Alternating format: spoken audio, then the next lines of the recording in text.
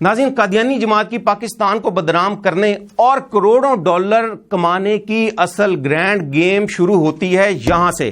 اپنے بیوی بچوں کے ساتھ جیلوں اور کیمپوں میں قید یہ قادیانی بنتے ہیں وسیلہ مرزا مسرور اور اس کے بچوں کی پیٹ کی آگ بجھانے اور پاکستان کو عالمی سطح پر بدنام کرنے کا۔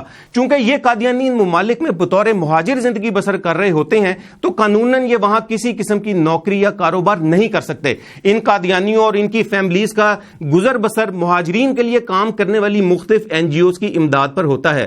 ناظرین، انتہائی افسوس اور دکھ اور تکلیف کی بات یہ ہے کہ قادیانی جماعت ان مہاجرین سے ملکی اور اقوام متحدہ کے قوانین کے خلاف ہر ماہ دھونس زبردستی سے مختلف چندے وصول کرتی ہے، جس سے کہ حتیٰ کہ قادیانی جو بچے ہیں وہ بھی مستثنا نہیں ہیں۔ اس وقت بطور ثبوت سکرین پر دکھائی جانے والی رسیدیں بھی تھائی لینڈ میں اپنی فیملی کے ساتھ پچھلے 9 سال سے کیمپوں میں زندگی گزارنے والے قادیانی کمیونٹی کے ایک ممبر کی ہیں، جس سے قادیانی جماعت تھائی لینڈ غیر قانونی طور پر دھونس اور زبردستی سے کئی سالوں سے یہ چندے وصول کرتی رہی ہے۔ ناظرین، یہاں قابل غور بات یہ ہے کہ تھائی لینڈ اور ملیشیا سمگل ہونے والے ان قادیانیوں کو آخر یورپ اور کینیڈا کیسے بھیجا جاتا ہے؟ قادیانی جماعت کے انسانی سمگلنگ کے اس نیٹ ورک کو چلانے والے شخص کا نام اسلم داؤد قادیانی ہے، جس کا تعلق کینیڈا سے ہے اور جو کہ مرزا مسرور کا فرنٹ مین بھی ہے، اور یہ شخص قادیانی رفاہی ادارے ہیومینٹی فرسٹ کینیڈا کا چیئرمین بھی ہے۔ اس نیٹ ورک کو چلانے میں قادیانی جماعت پاکستان کے محکمہ امور عامہ کے ذمہ داروں کے ساتھ ساتھ مبینہ طور پر افتخار ایاز اور ملک نسیم قادیانی وغیرہ بھی شامل ہیں۔ تھائی لینڈ اور ملیشیا سمگل کیے جانے کے بعد ان قادیانیوں کو یہ کہا جاتا ہے کہ جو قادیانی کینیڈا جانے کا خواہاں ہے وہ شخص قادیانی رفاہی تنظیم ہیومینٹی فرسٹ کو 20 سے 50 ہزار ڈالر ادا کرے، جس کے بعد یہ تنظیم اس کو ایک پروگرام کے تحت کینیڈا منتقل کر دے گی۔ قادیانی جماعت تھائی لینڈ کے ایک ممبر نے اپنا نام ظاہر نہ کرنے کی شرط پر KTV کو یہ بھی انکشاف کیا ہے کہ ہیومینٹی فرسٹ کینیڈا کا صدر اسلم داؤد نامی یہ قادیانی ان قادیانی مہاجرین سے کینیڈا منتقل کرنے کے ڈبل پیسے بھی طلب کرتا رہا ہے۔ ثبوت کے طور پر ہم آپ کو انسانی اسمگلنگ کے اس گھناؤنے کاروبار کو چلانے والے اسلم داؤد قادیانی کی ایک آڈیو سنوا رہے ہیں، جس میں صاف طور پر یہ شخص کینیڈا کے ویزوں کے عوض مہاجر قادیانیوں سے کھلم کھلا پیسے ڈیمانڈ کر رہا ہے۔ اگر 3 بھائی بہن ہیں، ہر ایک شخص کے لیے 20-20 ہزار ڈالر چاہیے، تو 3 بھائی بہن کو اسپانسر کرنے کے لیے 60 ہزار ڈالر چاہیے۔ اگر آپ اپنے 3 بھائی بہن کو کینیڈا بلانا چاہتے ہیں تو 60 ہزار چاہیے۔ تو اس میں کوئی شک کی بات نہیں، کوئی غلط بات نہیں ہے، ریکارڈنگ ہوگی آپ کے پاس، لیکن یہ وہ ہے جو حقیقت ہے۔ ناظرین، آڈیو آپ نے سنی جس میں صاف طور پر یہ بے رحم شخص قادیانی کلٹ کے سربراہ مرزا مسرور اور اپنے پیٹ کی آگ بجھانے کی غرض سے اپنی ہی جماعت کے لوگوں کو کیسے ذلیل اور رسوا کر رہا ہے۔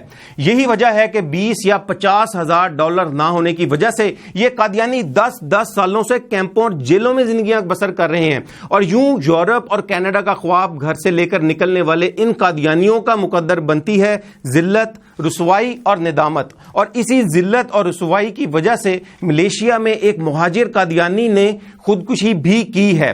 ناظرین، یہاں ایک سوال یہ پیدا ہوتا ہے کہ اگر قادیانی جماعت کا اصل مقصد ان قادیانیوں کو کینیڈا یا یورپی ممالک منتقل کرنا نہیں ہوتا تو ان افراد کو ملیشیا اور تھائی لینڈ کیوں منتقل کیا جاتا ہے، کیوں اسمگل کیا جاتا ہے؟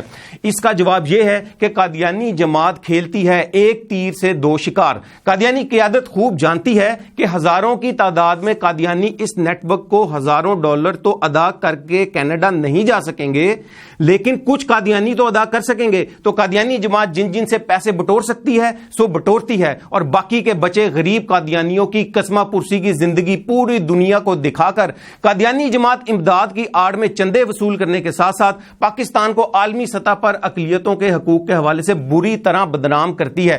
ہزاروں کی تعداد میں بیرونی ممالک کی جیلوں اور کیمپوں میں زندگیاں گزارنے والے یہ قادیانی اصل میں قادیانی جماعت اور مرزا مسرور کی بہت بڑی ضرورت ہیں، کیونکہ قادیانی جماعت خود یہ چاہتی ہے کہ یہ افراد ان ممالک میں در بدر کی ٹھوکریں کھاتے رہیں اور ذلیل اور رسوا ہوتے رہیں، تاکہ مرزا مسرور کی آل اولاد کی دال روٹی چلنے کے ساتھ ساتھ عالمی استعماری قوتوں کے حکم کی تعمیل کرتے ہوئے پاکستان کو بدنام بھی کیا جا سکے، جس کے نتیجے کے طور پر پاکستان کو عالمی اداروں کی طرف سے مختلف قسم کی معاشی اور دیگر پابندیوں کا بھی سامنا کرنا پڑتا رہتا ہے۔ ناظرین، پچھلے کچھ عرصہ سے کینیڈا اور یورپی ممالک قادیانی جماعت کے سیاسی پناہ لینے کے ان تخریبی حربوں کو بڑی اچھی طرح سے جان چکے ہیں.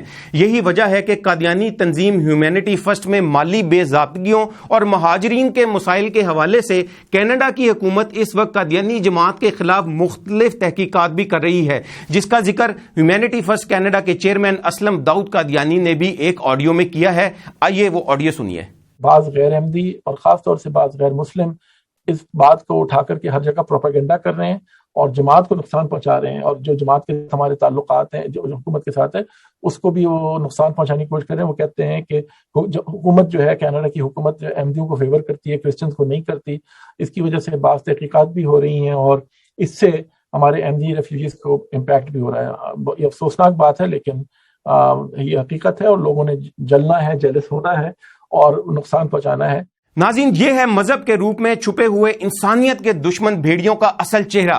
یہ ہے love for all hated for none کا اصل روپ. میں آخرت کی فکر رکھنے اور حق کے متلاشی قادیانیوں کو یہ کہنا چاہوں گا کہ خدا را سوچیں، آخر کب تک آپ لوگ مذہب کے لپادے میں چھپے ہوئے ان بھیڑیوں کے معاشی اور جنسی مظالم کا شکار بنتے رہیں گے.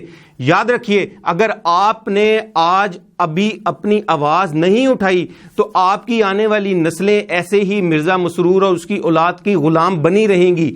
اپنے حقوق کے لیے آواز اٹھائیں. اگر آپ کے ساتھ بھی قادیانی جماعت نے ظلم کیا ہے، ناانصافی کی ہے، تو ویڈیو میں دیے گئے واٹس ایپ نمبر پر آپ ہمارے ساتھ رابطہ کریں. ہم بنیں گے آپ کی آواز اور دیں گے سچ کا ساتھ. پروگرام کے آخر میں متعلقہ حکومتی اداروں کو گزارش کروں گا کہ قادیانی جماعت کی تنظیم ہیومینٹی فرسٹ پر مکمل پابندی لگانے کے ساتھ ساتھ تھائی لینڈ، ملیشیا اور سری لنکا میں موجود ان کیسوں کی مکمل چھان بین کی جائے اور چناب نگر میں موجود قادیانی قیادت کو بھی اس میں شامل تفتیش کیا جائے. پروگرام ویوز آن لائن کے ساتھ حسن رانا کو اجازت دیجیے. اللہ حافظ.